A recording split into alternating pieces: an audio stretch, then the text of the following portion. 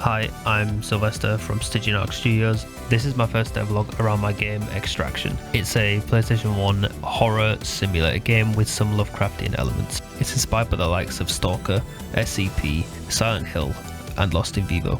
This game will be a one-man project where I work on everything from the coding, modelling, sound design, and overall game design. I'll be using the Unity game engine for this project and Blender for 3D modelling. And here is the first month of progress.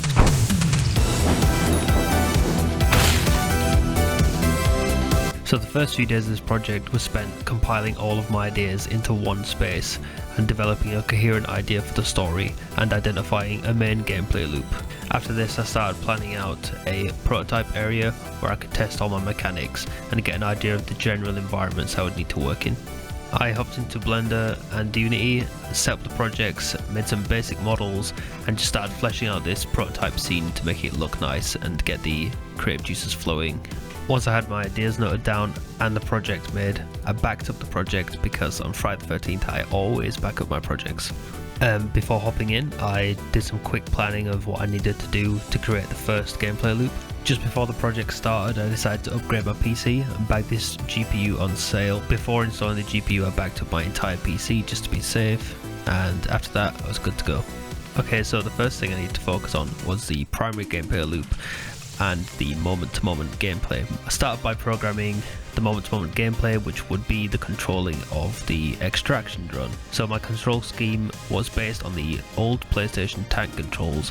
I wanted the drone to feel weighty and a little bit unwieldy, but not so much that it would cause frustration. I experimented a lot with these controls and came up with a system that was highly modular and customizable, so I could adjust them in the future if I need to be.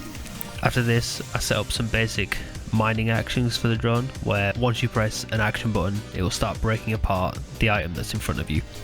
So naturally, next I added some items that could be broken down, and I started with the various minerals you could collect in the game.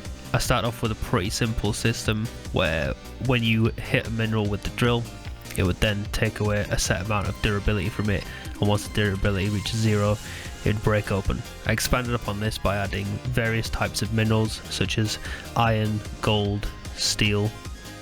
Each of these minerals will drop a deposit which you can then collect, and that deposit is worth a set amount of points. The deposit value varies based on its quality. For example, you can get high quality iron or low quality iron. It's up to the player to make evaluations on the mineral drop and decide whether to collect it or not. Ideally, the player wants to collect the best quality materials in the least amount of time while managing the resources. Speaking of resources, I decided to implement some drone resources you would have to manage. First off is health. You can lose health by mishandling the drone or being attacked. The next resource is fuel, which depletes over time as you drive the drone. And the final resource is the drone's condition. This condition depletes over time as you go through water or dirt. Once I implemented these 3 resources, I then added ways to replenish them. One final thing I added for the drone was a wall detection system. The closer you get to a wall, this little red square appears to indicate you're getting close to a wall. This is to give some visual feedback to the player to know they're about to have a collision and deal damage to their drone. Okay, so once the functionality for the drone was a bit fleshed out, I can move on to the main gameplay loop. I started by making the mission system, which would basically assign you a target amount of items to collect, give you a time, so from this you would take control of the remote drone, destroy the target material and pick up its mineral. After this, the game would then return a score. It would give you points based on how quickly you achieved your goal, the quality of material collected, and it would assign you a set amount of refuel points. These refuel points are made to maintain your drone.